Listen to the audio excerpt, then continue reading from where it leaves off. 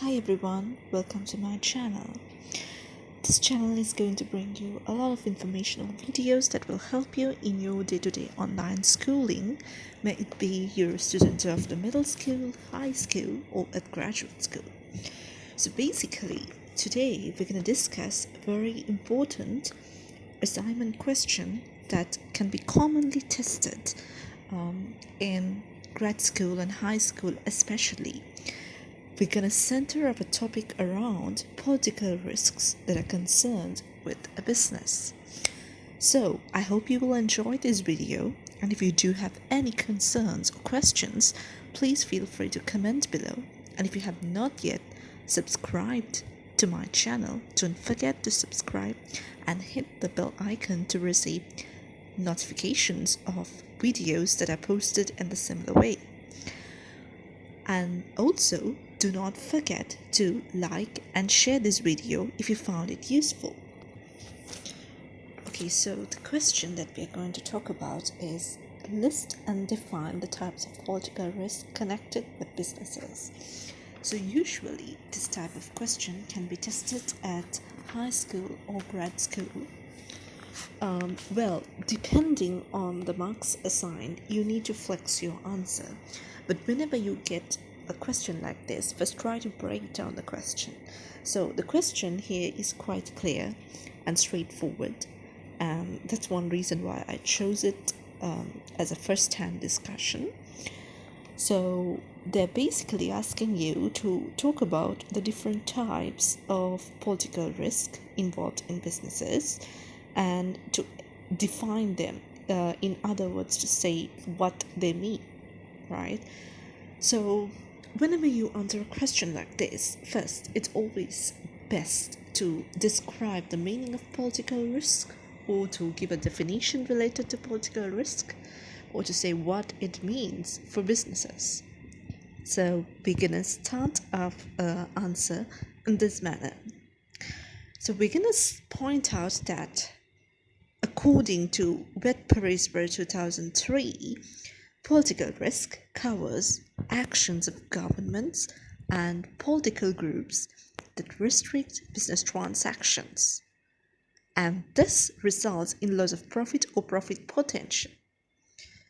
Therefore, political risk may take different forms.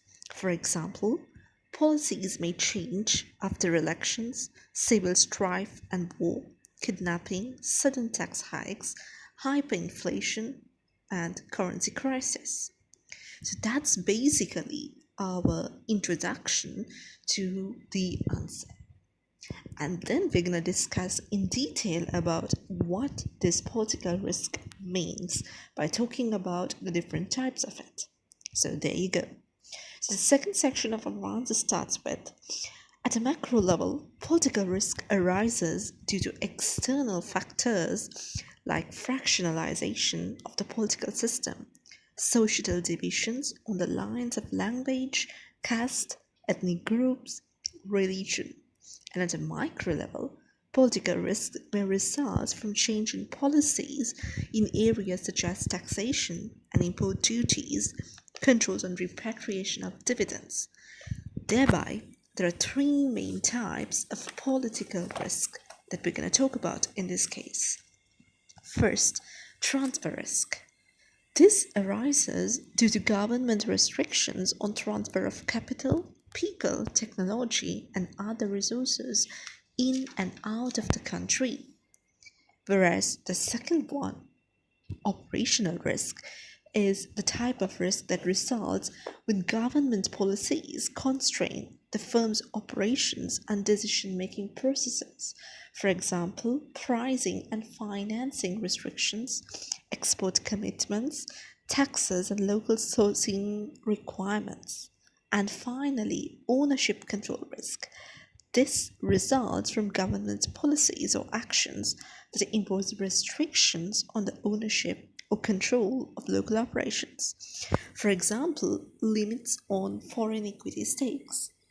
So, in conclusion, political risks that affect the business environment are mainly transfer risk, operational risk, and ownership control risk, and these can have major benefits plus problems to businesses. So basically, that's how we conclude our answer. But then, as I mentioned to you before, once again, depending on the number of marks assigned in your question, you need to answer this carefully. And specifically, depending on the exam you're facing, may it be an edexcel curriculum exam, may it be a BTEC exam, or may it be your university level examination, whichever the case, you need to focus clearly on what the examiner expects, because there are certain examinations when you answer the questions they expect you to indicate more of analysis and evaluation in your answer more than application and knowledge. And whereas in some of the exams they expect you to do a lot of application in terms of practical scenarios, practical examples from the business world. So in that case, you might have to take practical businesses and explain how are they impacted by transfer risk, operational risk, and ownership control risk. So it all depends on the type of examination you're facing and number of skills. But once again, if you get a question like this to be answered, this will be the basic structure for such an assignment. So whenever you get a question like this, and as I type, make sure you plan your answer well by breaking down your question clearly, and that will help you to write a very successful answer. Plus, when you plan out your answer, it is suggested for you to have a rough outline before you start writing your entire essay. As human, we all tend to forget points that we keep in mind. So with practice and seeing a lot of students facing problems in their essay writing, especially for the business management subject, I think this video was useful for you to get good grades in your assignments. But if you still have any queries, please don't forget to comment below or get in touch with me via email so that I can clarify them for you. And if you would like to get my advice and support in your day-to-day assignment work, feel free to once again comment below or get in touch with me. So once again, before we stop for the video, I'm gonna remind you to subscribe to the channel if you have not subscribed yet, and don't forget to like and share, just as a motivator towards building more informational videos like this. Have a good day, stay safe.